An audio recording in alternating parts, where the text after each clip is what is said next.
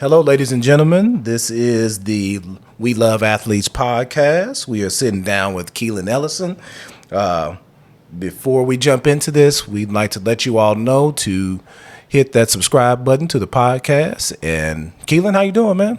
Man, I'm good. I can't complain. 6 foot up instead of down, you know. Hey, we can't beat that, man. So really we're sitting down with athletes and that are just good people, great people, just trying to learn and get to know some of them just personally.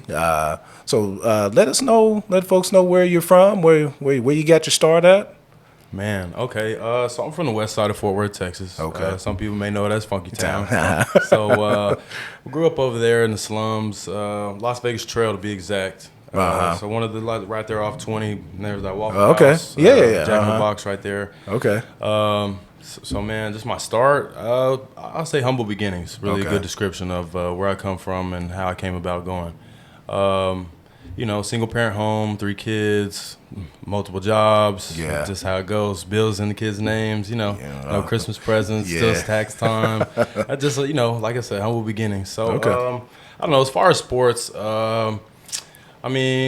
I never really played sports until late into elementary school. Okay. Probably basketball was the first thing I started with, probably about 5th grade. That was my And I was always the biggest kid in the class. So it was like, why am I not playing sports? I have no idea. I probably couldn't afford it or something like that, But 6th grade came around, and in Texas, we can play football out there, private school.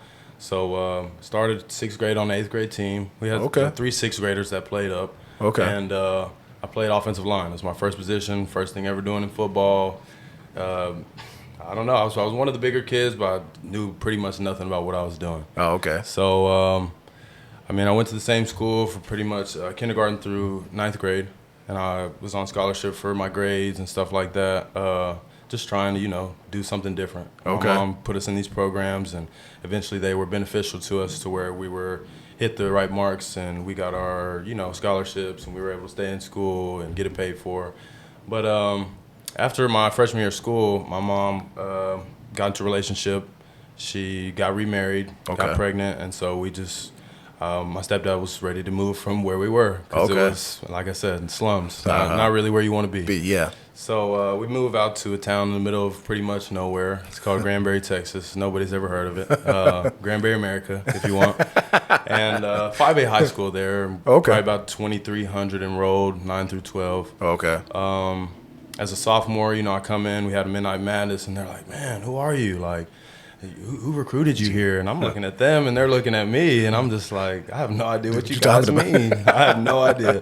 I didn't even find this place. It found me, So end up, I wanted to play a little bit of H-back, tight end, wanted to get the ball. That's what I thought I wanted to do. Yeah. As a freshman, I played a little bit of D-line, but I was playing nose, and I didn't really want to get banged. I was 6'1", 185 pounds playing nose, so I didn't really want to get banged up anymore. Wanted to play a little bit of tight end, catch the ball, Then I ended up playing DN when the season came. We went to our first scrimmage.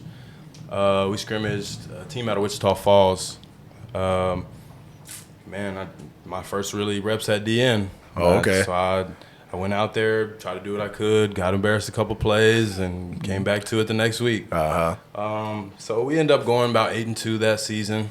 One of the best starts in our high school's history. First round out. That's always disappointing. Got to play at McLean Stadium in Waco and stuff like that. So that's always been kind of a little bit beneficial. Every step I take is kind of up. It's kind of in the right direction. So I've always kind of it's just always found me. I don't know how, by God's will or whatever it is, but I've always just kind of found the next step.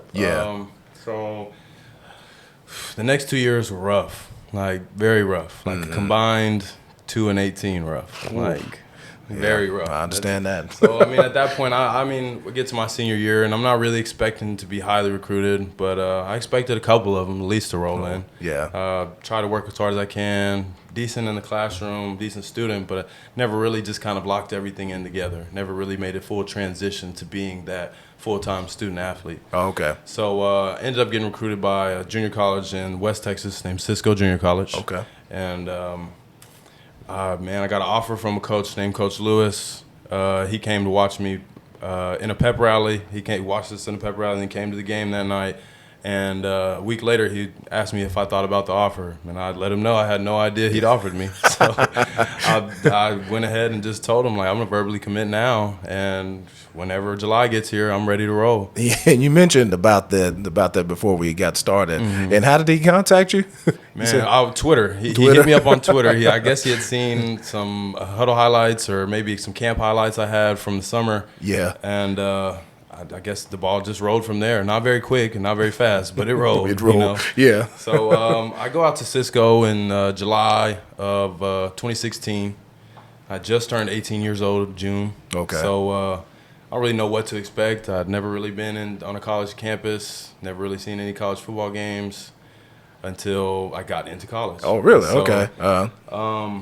I mean, I went to a lot of high school games. I mean, from the point we're from Texas, so but from the point I was in kindergarten all the way through 12th grade, I went to mine and other people's high school games. Yeah, so, because that's a big deal. A big deal in Texas. Football is everything to everybody. Yeah. And I say that lightly, but you know. I understand. So I don't know. From there, I went to Cisco, and it was a shock. It was a shock. It wasn't really what I was used to as far as programs, but I went from a smaller school in Fort Worth, private school. Yeah. But I've always been from the slums, from the hood, whatever you want to call it. You know? So it wasn't a culture shock. It was just more so like, man, like I can't believe this is really, where's the structure, I didn't really know that word yet, but I knew something was a little bit off. Yeah. Something was a little bit off. And, I spent that first semester there, was behind a guy right now who's taking snaps for the New York Jets named Michael Clemens. Oh, okay. 6'6", 270-pound monster. Oh, okay. Went to Texas A&M, wore number 2. Oh, okay. Yeah. Like, I learned a lot from him. Like, just watching him. He's a physical specimen, Yeah. And then we had another guy out there named Braylon Jefferson who played at Tarleton State and was All-American Defensive Player of the Year. And they D2? They were D2, and then now they just moved to D1. Oh, okay. Okay. I can't remember what they're MEAC or something like that. D1. Okay. It's one of the smaller ones. Gotcha. But he ended up going there. He was Defensive Player of the Year and stuff like that. So like I said, I just learned a lot of stuff from the guys who were right there in front of me. Guys from high schools like Euless Trinity, all the Dallas schools. So it's like culture was there for sure. A lot of good ball players, but no structure. Right. So I mean, it was a good time. It was a fun time, but it didn't last a long time, So they actually ended up, I redshirted, and they went 0-10. So that was very eye-opening, because no matter how much talent you have, without coaching, without structure, you have nothing. Yep. Not even a win. Nope. Not one. Not a one. And sometimes you roll at halftime. Sometimes you roll after the game while the team's still there and they're watching. But like I said, humble beginnings for sure. That next semester was the spring semester, so it's my first year of college still. New staff comes in from Tyler Junior College, and you could smell the structure on them. You could tell what they wanted it to be, but you could tell what they inherited at the same time too. Gotcha. So had some kinks to work out. Right. So and then eventually they did work out their kinks, which led me all the way north to Hillsborough, Kansas, to a school called Tabor College. And former teammate of mine named Angel Silva brought me up there. I was just looking around. They hit me up in July when Cisco. I messaged my coach like, "Hey, coach, what can I be working on when I come back? Like, I'm excited, Yeah. And he was just like, "Hey, have you talked to Coach T?" Which is the head coach at the time, Cisco. And I was like, "No, like I'm just reaching out to kind of get a plan, see where things are at, And man. He shocked me because I called Coach T and he told me, I'll write my name on whatever you want me to write it on. I'll push it to whoever you want. But as far as, the situation you had here won't be the same. But you can always come back. It's just like I said, it won't be the same. So I decided to take me and my future endeavors on up the road. So Kansas was the place to be, I guess. I wouldn't know that until I got there. So like I said earlier when we were just talking, there's a small population. I won't say it's 2,000, but it's probably not too much more than that. Really? Oh, okay. It was a decent place. There was a lot of good people there, So it wasn't a great place, but a lot of good people. Gosh, I learned a lot. I learned a lot about football. I learned a lot about having teammates, brothers, stuff like that. Like, don't get me wrong, I have an older brother, and I know what that's about. But like when you talk about being on the same path and wanting to do the same things, having a lot of the same mindset about more than just being family. You know what I'm saying? Right. Yeah. It's just that you get locked in with people, and it's just something that you hold it to a high standard because you don't ever want that feeling to go away because you always want you and the people that you lock in with to keep going. Always keep moving forward. Yeah.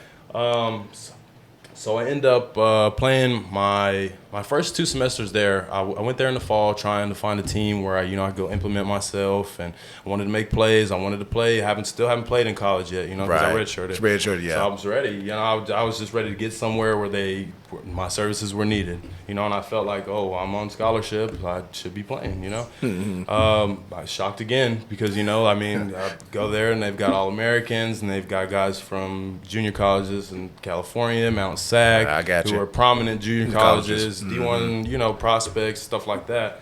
So we end up grabbing a few guys from Samoans and a few guys from East Texas, some bigger bodies. And at this time, I'm still 19 years old, probably. I did gain a lot of weight. So between my senior year of basketball, when I was on my visit to Cisco, I probably weighed about 215, 220 pounds. Okay. And by the end of the spring, when I was leaving, so May of 2017, I was probably a good 270 pounds. Oh, okay. So because they had us getting up every morning, and breakfast check and lunch and dinner, and if you miss this, then you're gonna do this. And I'm just the type of guy if I can be on time and be consistent and not have to do extra stuff, might as well. Sometimes be early, just to make sure. So that ended up putting me in a position to gain some weight, a little bit, a lot of bit, whatever you want to call it. That's a significant amount. That's pretty good. That's a few months. I know, but I knew that I needed to be bigger than what I was, especially when the head coach told me when I was on the visit, hey, man, I want to get it together. So that's what I did. I got a lot of it together. Yeah. So, like I said, I ended up going up to Kansas, and at this point in time, I'm decent. I'm about 6'3", 250 pounds, but I don't feel like I knew enough as far as about my craft and about the position and how to play it to be detrimental and beneficial to the team at the time. Especially, like I said, when they have All-Americans and they have guys who've been there for 4 years and 3 years, stuff like that. Or coming out of junior college with 2 years of experience against guys who are going D1 to UNLV and, Pac-12, not the best schools, not Power 5, but still. Still, it's a big deal, a lot bigger than, JUCOs in the Southwest and NAI for sure. Yeah. So I was out there, and in the spring, I became a starter. I guess you could put it in the terms of I went a little bit crazy. I just tried to, do what I needed to do, make some plays. And we had a pretty good defense. We had a great defensive coordinator named Coach Hill.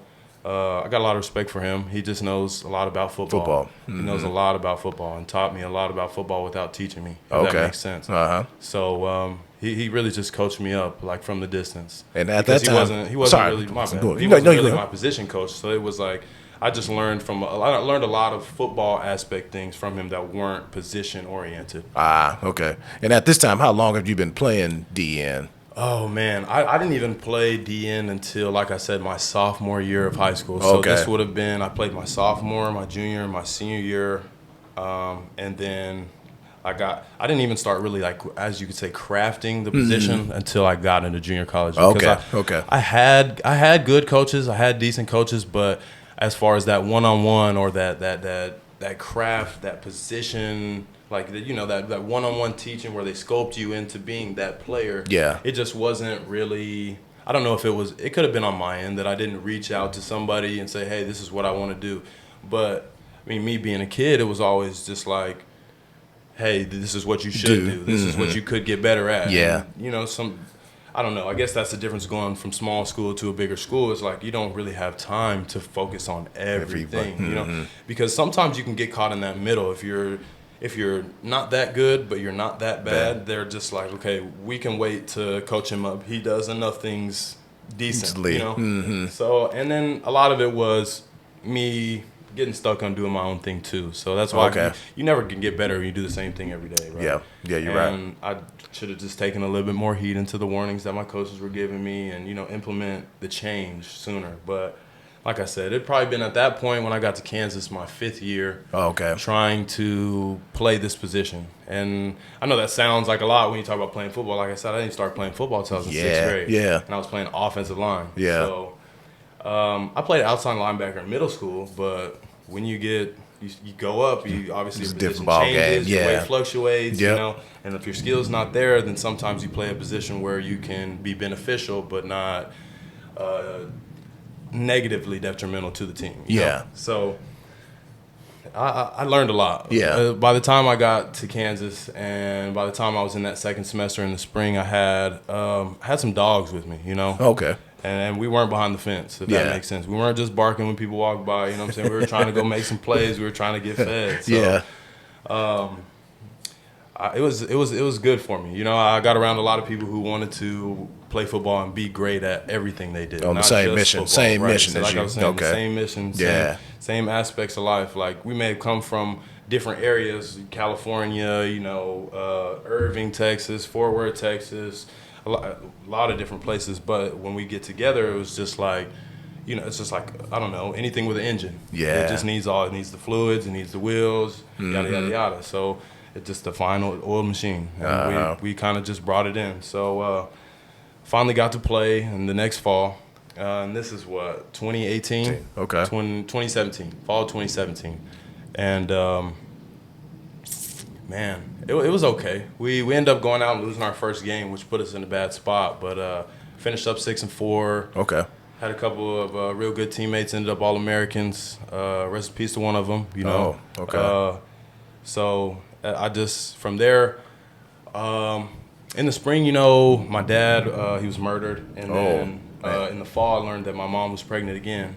So it was just, to me, I just needed to get closer to home because I was starting to lose things and gain things that I wanted to be closer to. Yeah, that mattered. Yeah. Really that mattered. I got you. And just being in school it's not enough. You know, just being in school and just playing football wasn't it for me because my family, had I not had them, I would have never got to this place in the first place. Because I don't doubt that if I don't move to the middle of nowhere to this town and find this college coach at Cisco who's in the middle of nowhere again, that I don't get to the place I am today. Yeah. Because I'm at that small private school, you know, I never saw a scout, not one, walk in there. Yeah. But I mean, I was young, so I didn't really know much about recruiting. I didn't know much about trying to go places, stuff like that. Yeah. I'd seen probably 2 people sign out of that high school. One was to Iowa State, he played offensive line, and the other one was to a D3 school, Austin College, and he was a utility.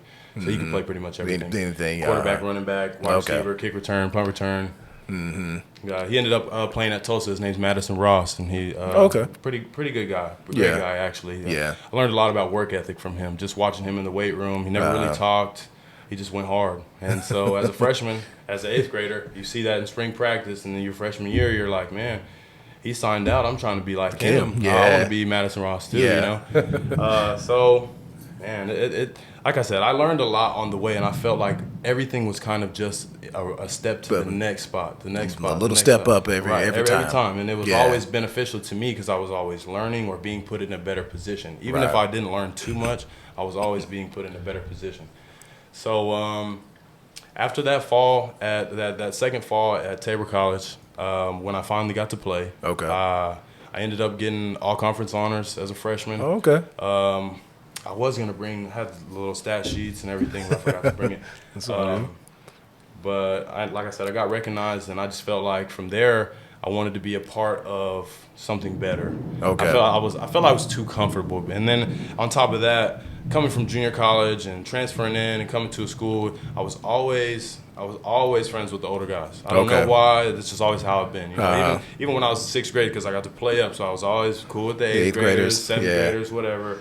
And then, you know, being that one freshman who started a couple games on varsity, I was always, and my older brother kind of put me in that room too. So it was just always, it felt right for me to be with older guys. And so even in junior college, a lot of my friends are 22, 21 years old, like ready to, you know, start life and be done with college. And I'm just 17, 18 jumping into it. Yeah. And so, I don't know, when I was in Kansas and all that stuff just started happening to me personally, I just felt like it was time to take control of what I was doing. Because from that point, I had always, you know, I kind of followed, like I said, my homie Angel out there. And I was just reaching out to a lot of my friends, like, hey, man, I'm trying to keep playing. Like, I still haven't got my chance. Like, I know I got something left, you know? Yeah. And ended up out there. They gave me a pretty good scholarship. And, you know, the rest was pretty much written. Okay. And from there, like I said, I wanted to find something better. I felt pretty comfortable, and I wanted to be a little bit more uncomfortable if I knew that my end goal was to play at the next level. Okay. That I would have to be challenged, right? Yeah, right. And where I was, we didn't even have a position coach really that knew the position. Like, we had a grad assistant, but you know, he was just in the position that was taking him to his next step. So I couldn't be upset with him or the people on the staff because they were just doing what they could do, right? Right. And Ozzie Roscoe, he was great. He did a lot of the things that a lot of people wouldn't have made time for. You know, as coming from offensive lineman, and he was a GA, and he, you know, got our drills right, and he tried to implement as much time and care into the drills. And like trying to teach us what our jobs were. Mm-hmm. So it was good because we all got to learn together.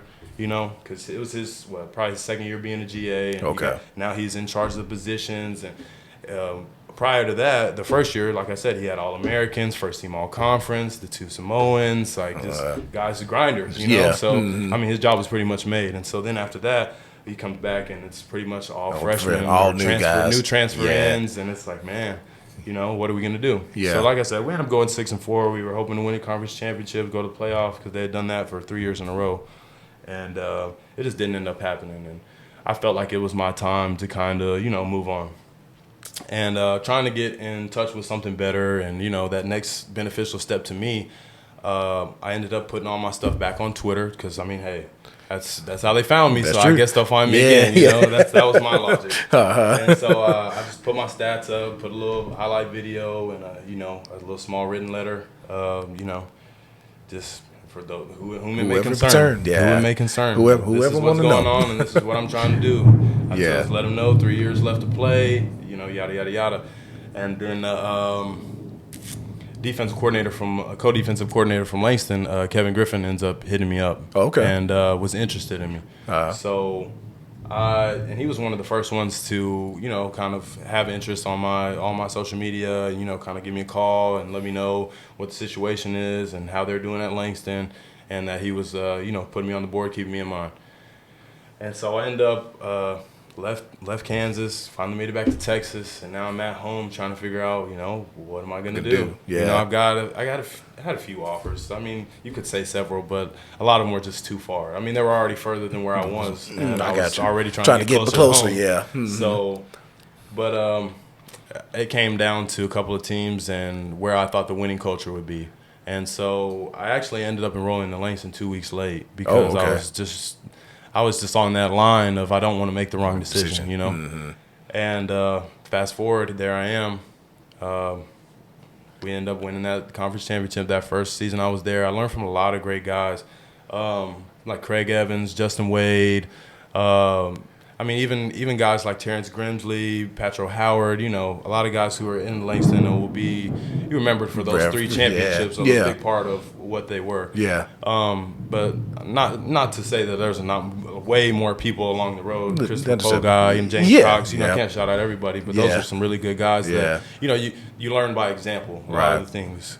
I was just real new to, as far as like culture and like football culture, like winning, and like I said, we had just been on the back end of a 3-peat at Tabor College, but it was very much structured. It was like they kind of pushed people into the right position to make plays and make the right decisions. Mm-hmm.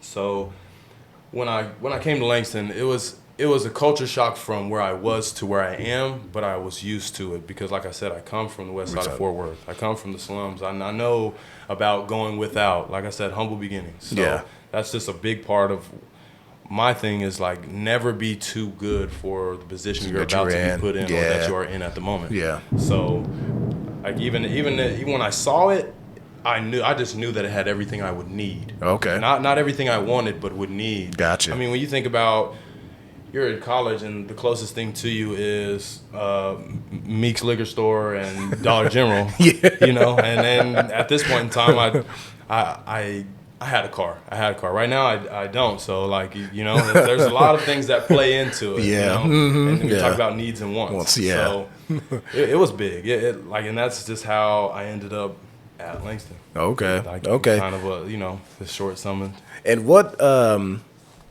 about the culture of being at Langston you feel like is something that's been like, I know you said that it was a little different for you, but what things do you see that have been something beneficial, extra beneficial to your personal life, not necessarily just in football, but just in your personal life?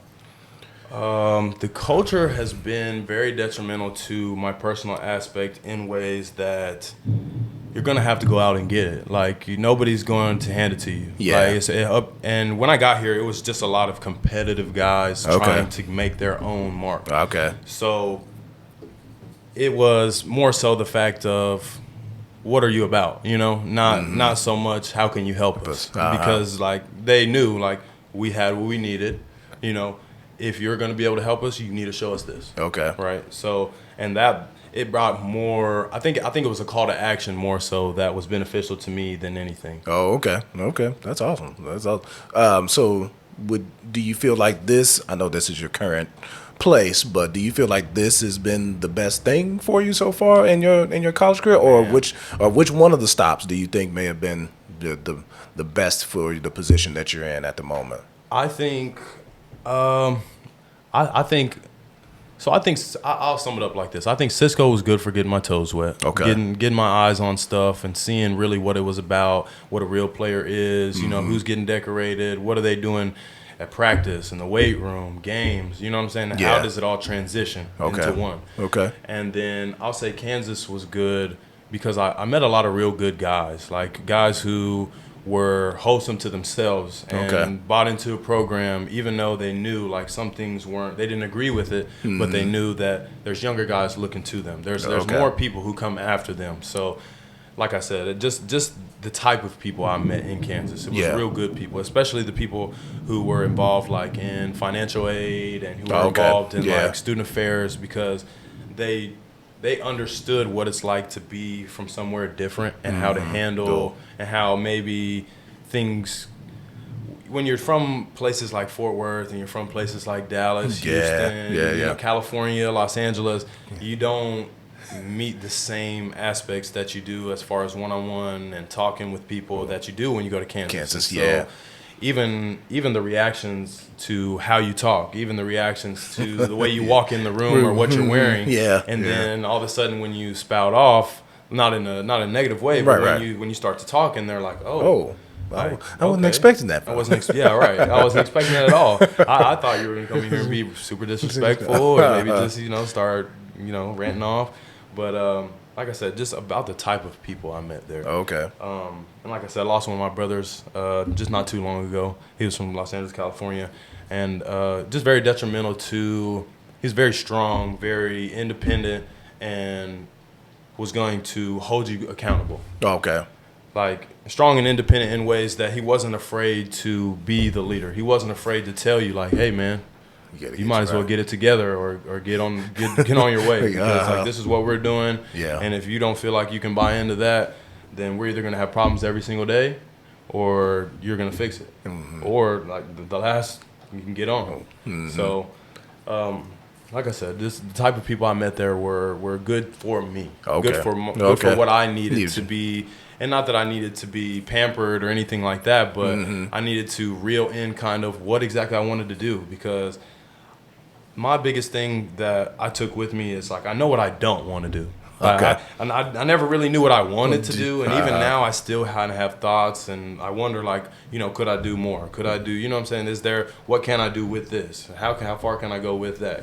Yeah. But I just knew coming in, I knew what I didn't want to do, and I didn't want to stop playing football, and I didn't want to not be successful. So I knew that listening to people who were making plays and who were being treated, in a certain way, that there was something to learn from them, not necessarily to act like them, but to learn from them. Like I was saying, if you're not learning from people and the mistakes they're making or the positive decisions they're making, you're wasting your time, right? Yeah. Because they're there for you to learn. Right. So that was just good for me. So as far as Langston, I would say it's been beneficial to taking advantage of opportunities and the calls to action have been big here too, because you get in a place where everything is just like, man, filtered. Super filtered. Okay. And it's like you see what you want to see, hear what you want to hear, feel what you want to feel, because it's comfortable. Right. Like, it's comfortable to be around people like you. Mm-hmm. The same type of vibe, same type of environment. A lot of people come from Fort Worth, Dallas, Houston, Los Angeles. Especially when I got here, there was a huge crowd of people from Los Angeles and Las Vegas and stuff like that. So it was just what I was accustomed to being with my last roommates and stuff like that. So when I got here, I just was acclimated. So I felt, here I am being comfortable again when I needed to be challenged. So the spring came, we started doing our football stuff, getting up at 4 a.m. and we're working out, and then we're having practice later on in the semester. And I ended up being shocked again, because, and I say shocked, I was given. How do I put this? I was given what I deserved, for sure, because like I said, I got comfortable, I got complacent with being in an environment that I was, I liked. Challenged. I was finally somewhere that I kind of liked to be around, some people that were, made it easy to be myself. So like when you're in Kansas, it's just not. It's an I know what you mean. It's an uneasy feeling. So coming out here to Langston, man, I don't know. I got complacent because it was just like I was ready to play football, and I came in the spring. So really, all I wanted to do was work out, show the coaches that I was ready for the fall, and that was all I wanted to do. Yeah. So I ended up letting my grades kind of fluctuate and do the thing where they're up and down. Mm-hmm. And like I said, I got what I deserved. It's not really something I like to get into all the way. You ain't got to. That ain't even. Let's just say my scholarship reflected what I deserved. Okay. And it wasn't zero, but it definitely wasn't very much more than zero. So, man, that's kind of been a part of the big things that were beneficial to me as far as personal wise. Okay. A lot of the call to actions, the learning from other people, learning what types of people, and observing everything in general. Being able to transition, learning those things, and then taking advantage of the opportunities. Right. Yeah. So me sitting here listening to you, I want to ask you this, because I feel the passion that you're talking about. And what about football makes you feel like you do? Man, I don't know. I think when I really think about it, when I really put into words and try to think to the earliest times I can remember wanting to play football, PlayStation 1. Probably trying to create my own team. Just the first time, Madden 04, Mike Vick, trying to create my own team. And I didn't know who to put on the team. I didn't know what the team consisted of. Didn't know the positions, because 2004 I probably had Madden 04, and it was probably 2006 or something like that. Yeah. So I didn't know anything. I probably didn't even have enough friends to fill out the roster. You know what I'm saying? So I just knew I was playing Madden, and I just wanted to score touchdowns.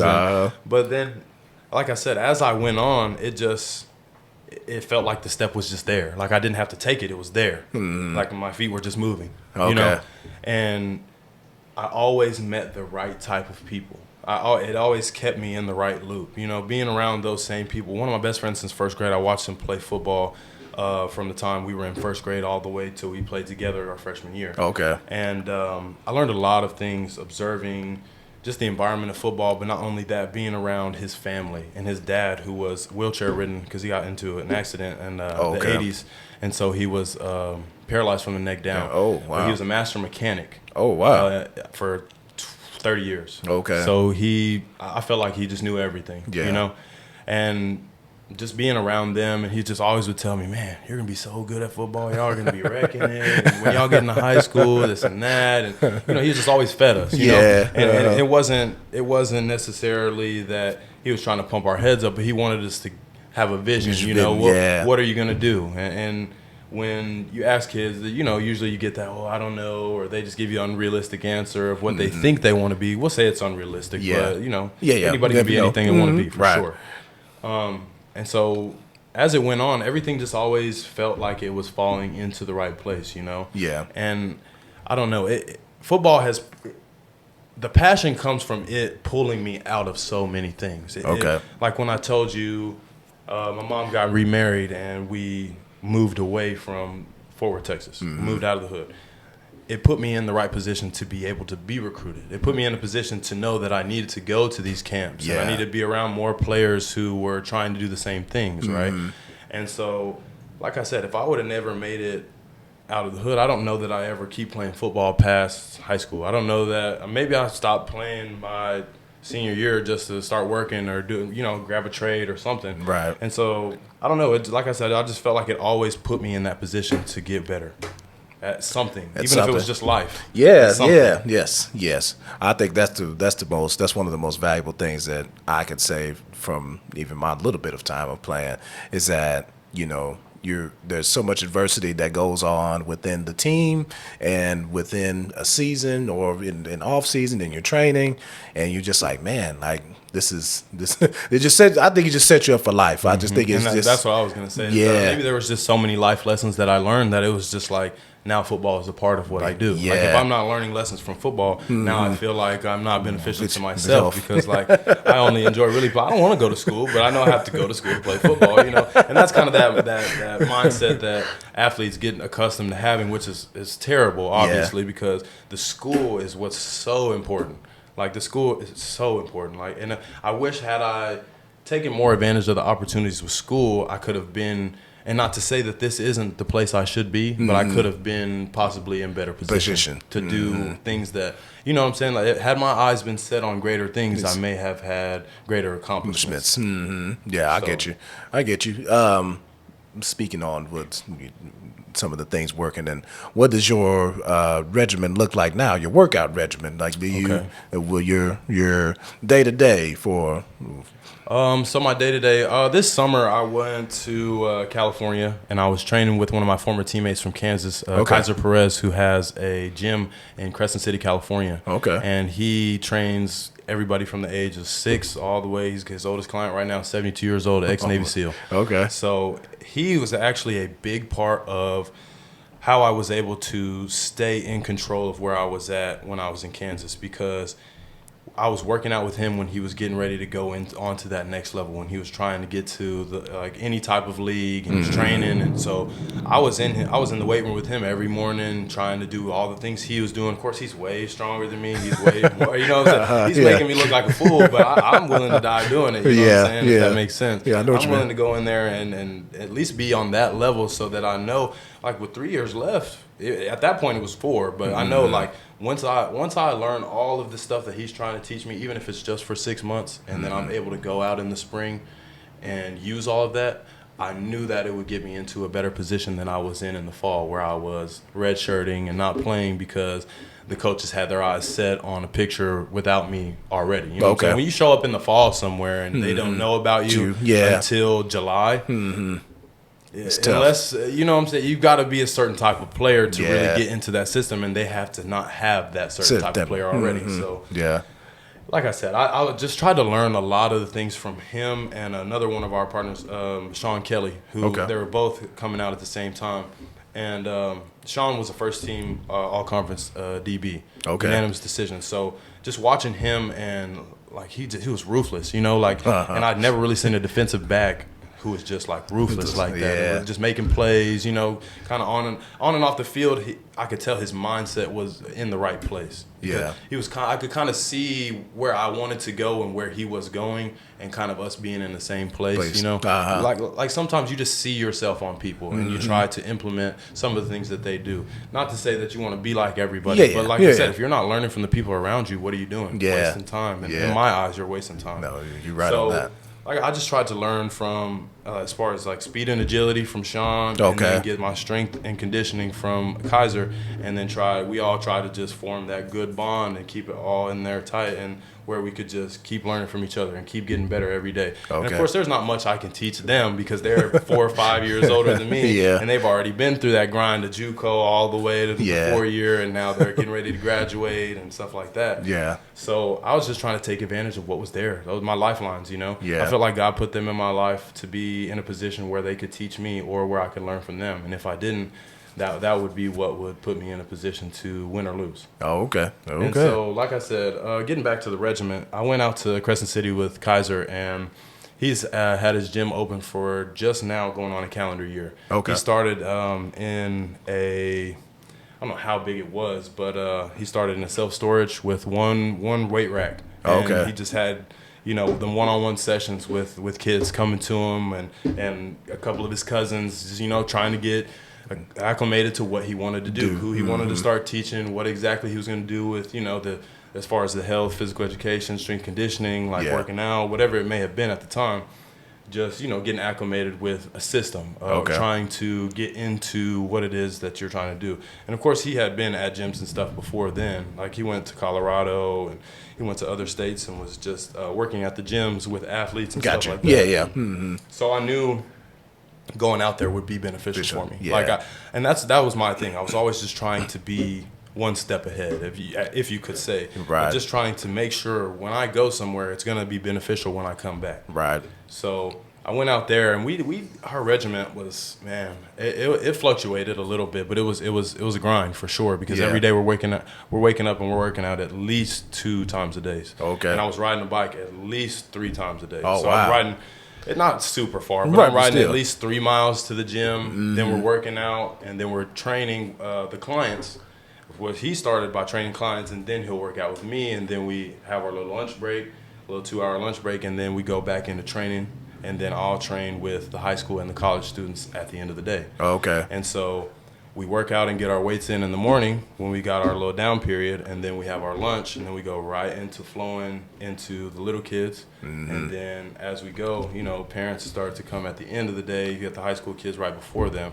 So the regiment was a lot of, he kind of took his whole thing, like his whole program, and built it around me, because I was one of the, more superior athletes that he could make the plan off of. And when you have a bigger plan, you can always make it smaller. When you have a smaller plan, you can't always make it bigger. Yeah. So exactly he did a lot of, it was a lot of, like, I don't want to be too, I don't want to be wrong about the things I'm saying, because he's the one that had the program and stuff like that. Yeah. But a lot of the workouts were like, he split the planes, like as far as the body planes, and wanted me to isolate, and then, like, just working on explosiveness and power were a lot of the big things, because when you already know how to use what you have, now it's all about making it more beneficial to your use. Yeah. And so he helped me to work my tools into just being sharper, Okay. Not that he was necessarily teaching me so many new things,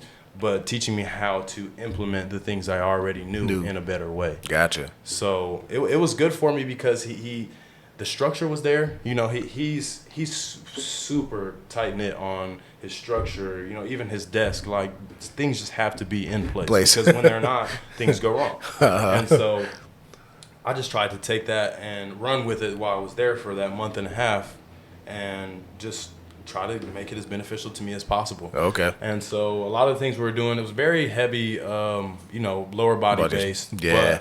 But a lot of the things we were doing, it was isolating, helping to let okay, if I use this in a certain way, I feel weak. So now I know what I need to work on, So he did a real good job of humbling me, right? Because I'm a college athlete, and this is my 4th year, 5th year, and I think I'm, I got it. I got this. I'm that guy. I've been working out with you for years, like stuff like that.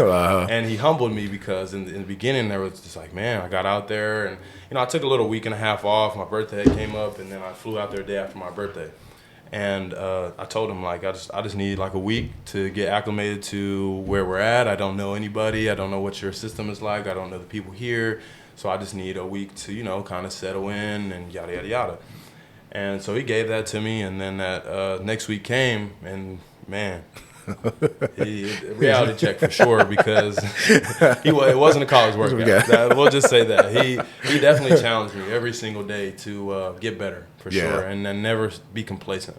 Okay. And so a lot of the things is just like about it's about it, and he gave me the opportunity to be in control of my own stuff, like as far as the weights and what I wanted to do. But I always went to him, and I would ask him, like, what's the prescribed? What do you think? And I would try to just If he's saying it's 45 pounds, I'm going to try to go 55. 55. Or I'm going to try to go 50. You know? Or if he's doing 65s, I'm going to do 70s. You know, you're old. You know what I'm saying? You're 4 years old. I'm treating you like the old guy. Yeah, but he whooped my tail. Yeah. I'll say that. He definitely did. And that month and a half was real good for me. You know, he slimmed me up. He got me in real good shape, got my muscles back right. And he taught me a lot about recovery, you know. Okay. When you're in college, that's a big one. You spend so much time doing so many other things, from homework to socializing, practice, on the phone, on the game if you're that type of person. You know, there's so many things you give time to. But he just taught me a lot about recovery and that how that was the best. The active recovery is always the best recovery you can do, but you need to rest. Because if you don't rest, then your muscles will always be fooled into thinking that, like, it's always time to work. And I don't know. Most people know, like, the longer you go, the harder it's going to be to come back up. So, like I said, I just had to, because we were hitting it so hard every single day and then taking, like, the weekend off, but even working out on Saturdays, just even we're getting our core or some agility, just trying to move around and get the body tight. You know what I'm saying? Just, it was a lot. I learned a lot without even knowing I was learning. You know, like just getting accustomed and acclimated to things that I wasn't used to. That was a big part of what it was. Trying to learn that structure as a person and not being a part of a team. You know what I'm saying? Just trying to learn my own type of, you know, as far as like what my routine is, what your flow is going to be. So how am I going to go about doing this? And then he challenged me to work on what I was going to do when I got to be by myself, right? So, I mean, every day I'm doing something, even if it's a push-up, sit-up, something. And then when we go in the weight room, I'm doing extra, trying to, you know, challenge other people around me to be that same type of person that he was to me. Right? Or just, you know, bringing that intensity to the weight room, you know, calling people out for skipping those reps, whatever it is. Like, you got to be great to be successful. There's this quote that Calvin Miller, he was a former defensive coordinator at Langston University. He says, effort plus extra effort equals greatness. And so that was just something I always said. And it's the simplest quotes that take you the longest ways. And it don't take much. So many of them. So many of them. Such a good guy. But I just try to, you know, use stuff like that to just – I try to use that to make it beneficial to me to where I can implement things to other people without – you know, being that type of guy. Like nobody really when you're a leader and when you're called to be a leader, sometimes you have to be in that position in order to show people like this is what we're on. You know? And it's not always fun, but most of the time it's worth it. Yeah. So that was just a big part of my regimen, like I was saying, was just he taught me a lot about everyday ins and outs. And it wasn't necessarily like don't get me wrong, I have a book full of workouts, but it wasn't about the workouts. It's about going into it mentally strong, going into it knowing that like you need to use it to be beneficial on the field and not just to be looking good and trying to be in shape. You know what I'm saying? We're training for a sport. We're not training. It's not bodybuilding or anything like that. I mean, if you saw like a bodybuilding workout compared to what I was doing, you'd be like, what is this? Like, it's just a lot of things. It was a lot of calisthenics, a lot of agility, a lot of, you know, moving the body, like trying to get used to being in those awkward, you know, those second pauses, especially when you're playing football. You got these shifty guys and you got these strong guys. So now you got to learn how to break down what you're going to do. You know, how agile are you when someone is strong towards you? Like, how are you going to move that weight? How are you going to stabilize things when you're in an awkward position, you know? So it's just a lot of things that were challenging, that movements that you don't usually do. Yes. So just trying to take that and implement it to on the field, like, what type of play would this be if we're doing this workout? And then it was just a lot of things that I was like, well, that makes sense. Like, I see why we're doing this. So that was good for me. So you think that all of the work you got is going to translate on the field? You think? Most definitely. I don't see it. I don't see it being negative at all. Like, and to me, I feel like there was no point in going out there if I don't see it being able to transition. Okay. Because that was the whole point of me going out there and learning more from the person who put me in a position to start winning. Okay. You know what I'm saying? Start being, you know, taking advantage of those opportunities. And while I learned a lot of things about lifting weights and yada, yada, yada, there was more so like the leadership aspects, the grind aspects of being put in tough decisions and having to break down the scenarios and really make a decision whether you're going to commit to it or you're going to let it break you. Oh, okay. So Okay. I think it'll be very beneficial as far as to what's on the field, because it put me in a mental state where, like I said, you just have to make decisions. And you're either going to use what you have or you're going to let it fold you. Right. I hear that. Now, I'm not going to ask you about your stats, what kind of stats you think you're going to have, but do you think this could be possibly your best year? Without a doubt. I see more upside to it for myself. Okay. But I feel like, as far as personally, I think me and my teammates are on a page that we haven't been on previously. Okay. And like I said, coming into Langston, I was on a team where they already knew what they had, and they just wanted to add. And so now I'm in that position. Okay. Right? So I know what we have. I know what we need to add. Yeah. But I'm trying to be more beneficial to the team because I want to push everybody. You know what I'm saying? I want everybody, because it literally takes everybody. Like, you can't go through a game with only 11 people, with only 22 people. Yep. Like, it's not going to happen. Yep. Because we don't have the best 22 athletes at every position. Correct. Because, I mean, not to say anything, we're Langston, we're NAI. So and everybody, nobody. Nobody's going to have the best 22 athletes. Correct. But we do a good job of, and I say our coaching staff does a good job of putting us in a position to make the plays. Okay. Calling those right formations, calling those right, you know what I'm saying, running those right plays, pass, run, you know what I'm saying, putting us in the right defense, making sure those holes are covered up. But they do a very good job of implementing the players and the system, the players into the system. Okay. And they teach you whatever you lack. You know, and they try to do their best at teaching you that. And so I think it'll be more beneficial to me because I have a greater understanding for what the team is and what my job is, knowing that I don't have to be in control of everything, right? And when you're young, you think like, man, I got to take advantage of everything right now. When it's really like, you slow down, you take advantage of what comes to you, because when you're eager, then you get exposed to things that are not really for you, but they're in your face. Yep. So I just want to be a good example of, you know, setting back and showing people what exactly that is. Yeah. So just trying to be beneficial to other people, because I know that it's not about me. Because if it was about me, I feel like I'd be in the league already, you know. So that just kind of, it takes a bigger understanding to go to a better place. Yeah, I got you. So the next thing, I'm kind of football related, but still in the football family. So what would you say to younger kids that are, you know, in tough positions, kind of as you said you were whenever you were younger? What would you tell your younger self right now about trying to go forward on wanting to play any sport, whether it's football, whatever? A big thing that I just tell everybody, even right now, you go on social media and you see my name, you'll see "keep going" attached to it with the rocket. Just keep going. Like, that's the only thing you can do is keep going, because if you stop, you'll never get better. You'll always be stuck in that same position you were in, you know. And it's just like, when you think about it, if you're doing the same thing every day, you can't get better because you're staying the same.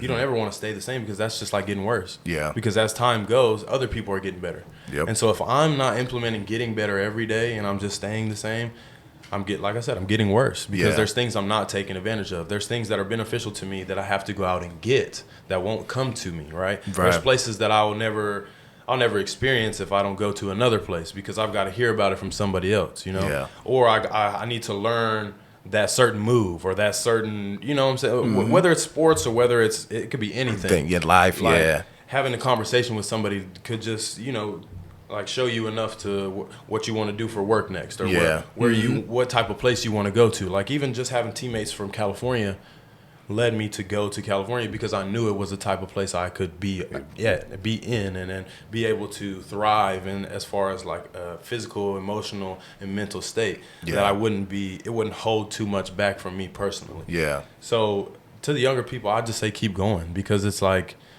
there's so many beneficial resources out there that you'll never be able to touch if you stop. That's dope. I'm with you. I would. That's a great, because, you know, I think a lot of folks see you know, if you don't understand your own position or your just where you're at in life, if you don't just keep going, then it's like, man, what are you giving up? what are you giving up in the end? It's like, you got to keep on going. I like that, man. That's for sure. And a big dope. thing I'd like to add to that is like if you're so worried about what you're doing right now, like how are you going to get to where you're going? Because like you have to keep taking steps forward. You just have to, because like the minute you stop and you start to look around, people are passing you by. Yeah. And it's just all about learning from mistakes. And if you don't learn from that mistake, how can you get better at it? Yeah. If you just let things shut you down, then you'll eventually be in a position where everything shut you down. Yeah. You're like the more new things you try, it just shuts you down. Shuts you down. Yeah. So it's just like like I said, extra effort plus extra effort equals greatness. Yeah. Do you think that this is in continuation? Do you think that your upbringing helps you have that same mindset? Do you think that, like, I mean, I'm not trying to say one is different or better than the other, but do you think that your upbringing has kept you in that mindset? Yeah, for that you sure. got to keep taking for sure. steps? I definitely understand where you're coming from. I feel like I thrive in confrontational environments because of the places that I come from. When you, we're let's say probably 7, 8, and 10 years old. Me and my brother and sister. When we walk to the store and get our little bag of chips and our soda, split $5 between the three of us. And I mean, we're like, that's just what we had to do because mom's at work. And I'm not trying to burn the house down, so I just need something to put on my stomach real quick. And you see all the different types of people, and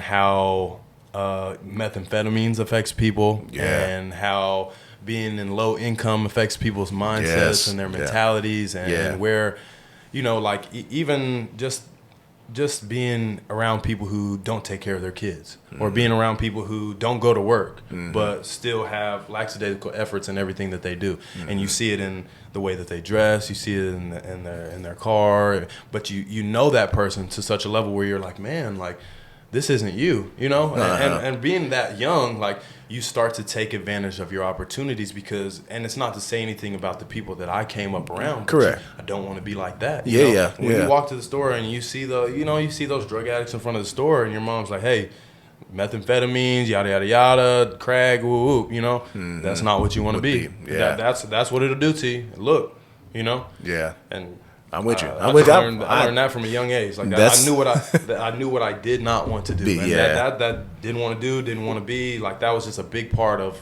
like I said, just where I am today. Because I think it helped me. And one of my friend's moms kind of put it into perspective for me.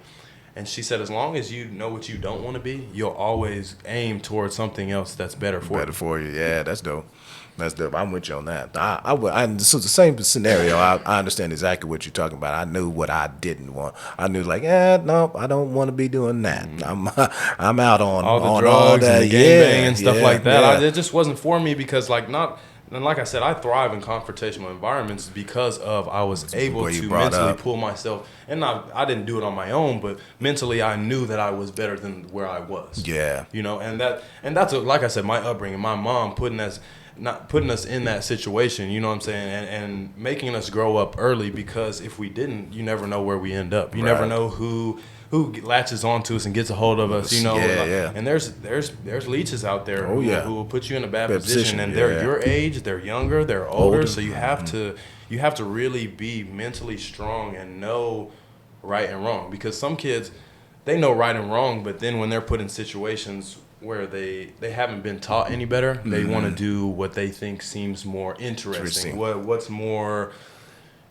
I don't know, what'll help them fluctuate and feel like they're, out there and people are seeing them. They want that attention. They want the attention that it brings to doing something new. Yeah. And, so people, when they think you're doing something they never seen you do before, now they're watching you. So and that's just what I don't enjoy that type of attention. I don't want people to watch me for no reason. If you're watching me, I want you to be able to learn from me. Yeah. And if I'm doing something that's not good for me, or doing something just out of, sheer trying to get attention, then it's probably not beneficial to my type, like my person and who I am. Yeah. Probably the attention is going to put me in a worse position, and me and them are going to go down instead of, me trying to get their attention is probably worse for me than just doing stuff on my own. Yeah. And that's kind of how I've always been. Like I don't I don't like trends. I don't like fads. Like I'm just that type of guy. Like everybody's listening to this song. I haven't listened to that. I don't know. I don't know.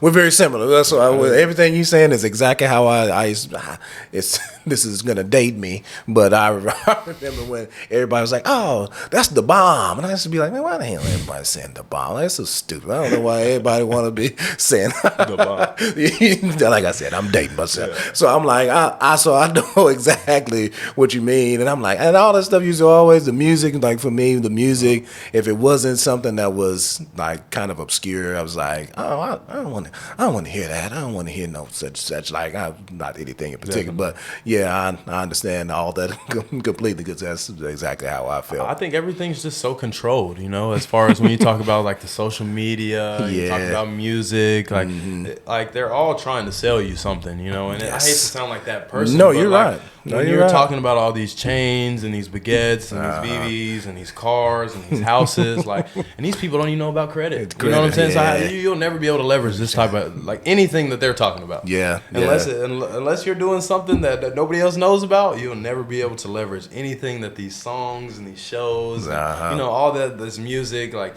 this talks about stuff that they only know about that because they've had, experiences and they have people put them into that position to win. Yeah. So like, I don't know. I just try to stay away from things that are unhealthy for my right now. And the stuff is a lot of the stuff is temporary. Like exactly. When are you really gonna like how are you gonna ever be able to use any of that stuff? That's all that stuff loses value. Like quick. Yeah. So faster than you know. Correct. So because it's like if I have it and now it's the only thing I have and I need to get rid of it now it's only worth 50% of what it was. Yeah, you know what I'm saying? Yeah. It's so like dang. I never really and I guess that's a part of, like I said, the upbringing too, because like you learn to know what you don't need, and you learn what you only need, right? Yeah, and and a lot of that is like when you get into college too, that comes back around. And if the first time you ever meet that is in college, I can see how some, you know what I'm saying? I can see how that's detrimental to a lot of people because they don't have that routine. They've never been in that position where they went without, or they were their own lifeline, right? Or their lifeline is now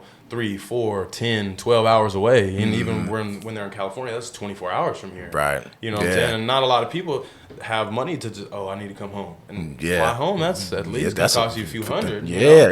And it's going to take you a couple weeks to really get there and get back and, stuff like that. So I think that was my upbringing was a big part of that because, like I said, my mom, she just kept it real with us from the jump because I mean, it's really all she could do. I mean, she could lie and then we'll end up in a worse position. But she just chose to keep it real with us, like I said. And she would ask us. And I've talked about this in other interviews, but she would ask us every Christmas, like, hey, Christmas is coming up. Like, I mean, we can have Christmas presents or we can have the lights on. But it's up to you guys. And she would leave it up to us.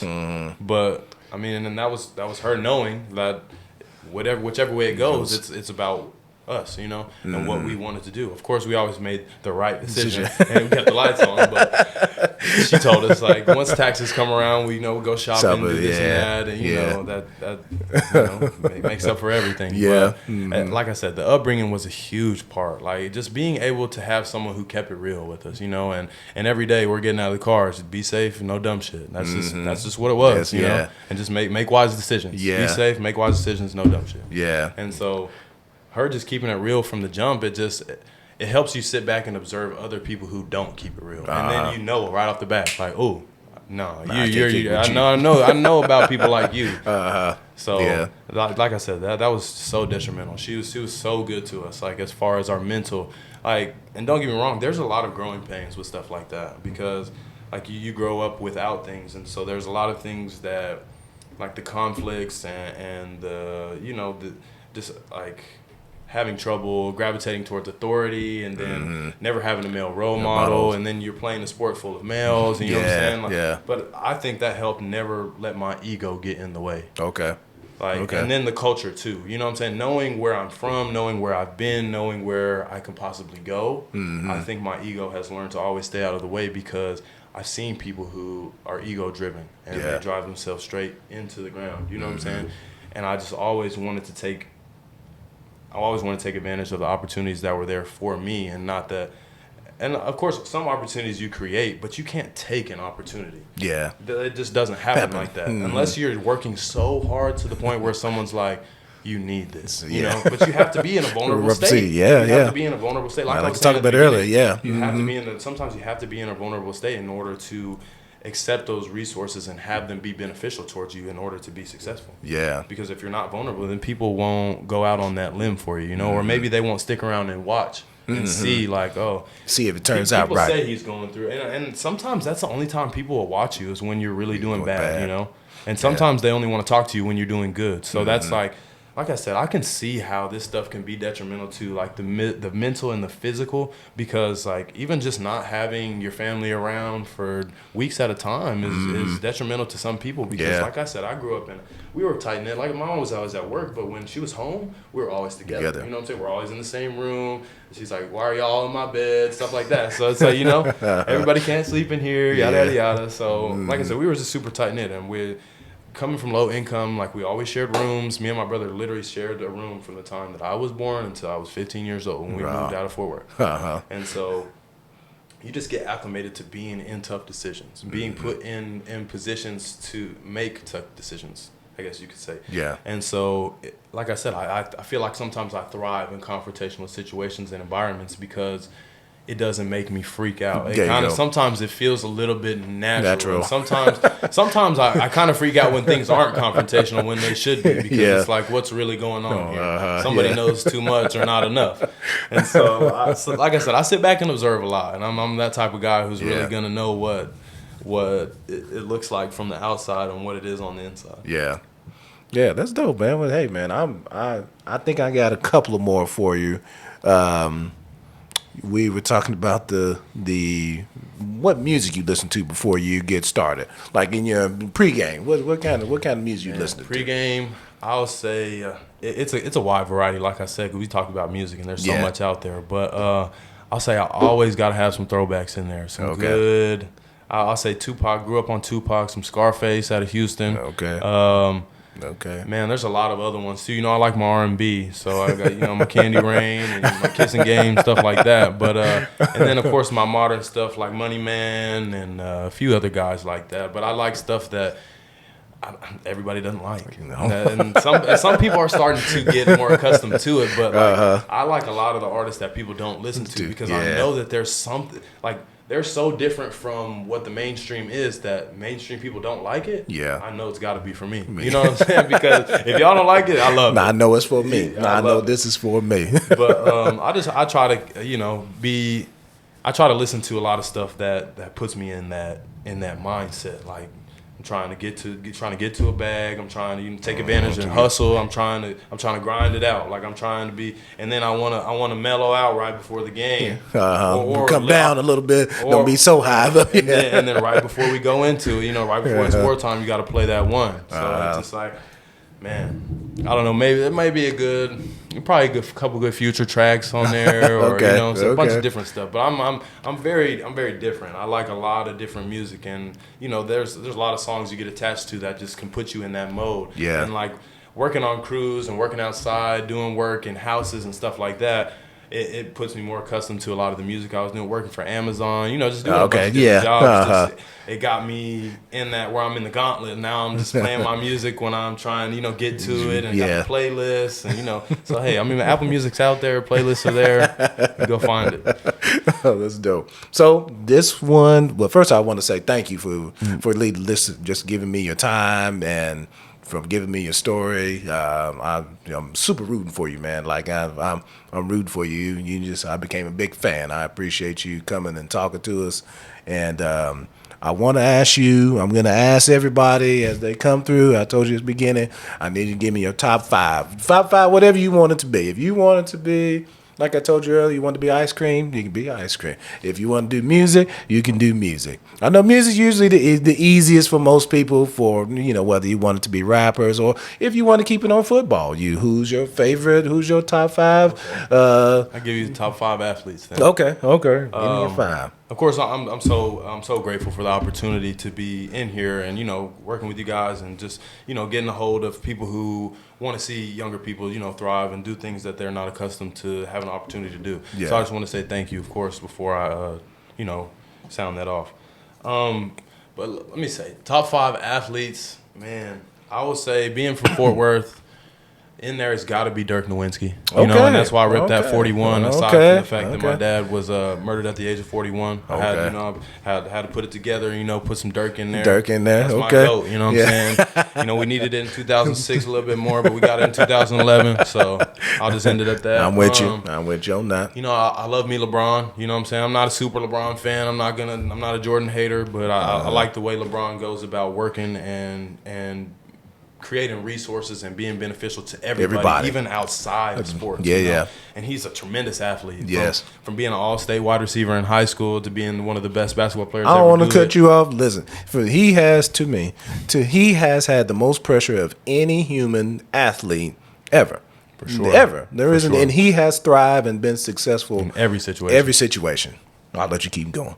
and winning. That's why I'll say that winning doesn't always make you who you are. No. I mean, that's why I respect him so much more, because even when he lost, he still held to that high standard. Yeah. Which makes me know, like, you guys know too. Like, he's one of the best to ever do it, because you still hold him that high standard, even when he loses like other people does. But when he wins, and at the age that he is, at the age that he's at, they still have the expectation. He's 38 years old, 37 years old, and most people is on their way out the door. Been on their way out the door. They're at home watching. And he's like, y'all still think that I'm gonna win it? Like they're in the odds to win the championship. Like. But I think as long as he's in the league, he'll have odds to win it. Yes. Because he's just like I said, he's just one of the most detrimental players to the sport. Yeah. Like, and to be able to follow Michael Jordan and like try to, and Kobe and like, you know what I'm saying? Those are two people that it's hard. Like, but I'll just leave that at that. I'll say a couple of my other athletes. I got like three more. Man, I love watching Von Miller. You know, he's from the Dallas area. He played at DeSoto, Texas A&M, Denver Broncos, and then won it with the Rams. NFL MVP, in the 50th Super Bowl.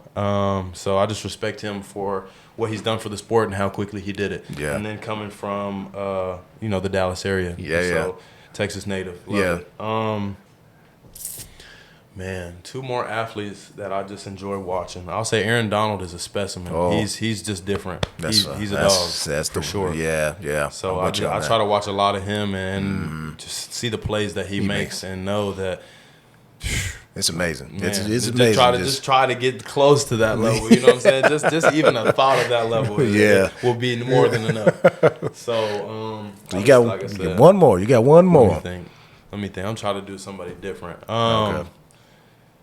You know, I will say I'm gonna put two in there. Maybe even three. I'll say some detrimental athletes to me have been the ones from Langston. Okay. So Hollywood Henderson, and then you got CF Gales, who was the coach and the athletic director at Langston, and coached 4 sports: baseball, track, football, basketball, and was the athletic director. And then obviously not an athlete, but then you have Marcus? Man, forgive me for not remembering his last name right now, but he played basketball at Langston, and he holds the current world record for most dribbles in such amount of time. But ended up playing for that Harlem Globetrotters team, who went on to beat the Memphis Lakers. Yeah. Okay.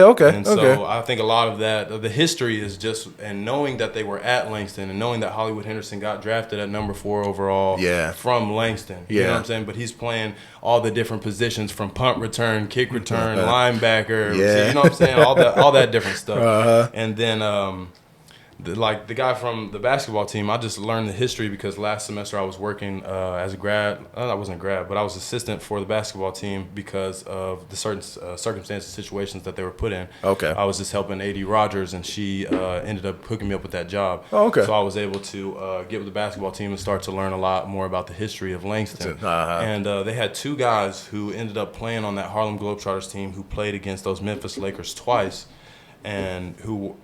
So when they played them the first time, the Harlem Globetrotters won by 2 points. And they played them the second time, and they won by 4 points.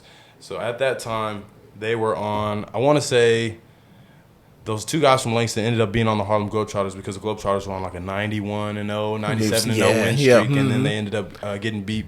And then they added those 2 guys from Langston down the road. They ended up playing against the Memphis Lakers. And after that second year when they won by 4 points, the Boston Celtics go on to draft the first black player ever into the NBA. So that was detrimental to me because it helps me understand what you can be to something bigger, even if you aren't that person. You know what I'm saying? Yeah. Those two guys paved the road for Langston all the way to the NBA just by, doing things that they were passionate about. Yeah. And not that they were the face of what they did, but them being on that team that went on to beat that Memphis Lakers team, letting them know, like, we need those type of players on our team. You know what I'm saying? And so that let me know that no matter where you're at or who you're around, you can always be great enough to go wherever you want to go. Hey, we'll end on that. That's dope. I appreciate that, Keelen, man. Sure. So, like we said earlier, thank you for your time. I appreciate you coming and giving your insight and giving us your time. And like I said at the beginning, subscribe, check us out. We're gonna keep getting things better and better. And we just thank you and peace out.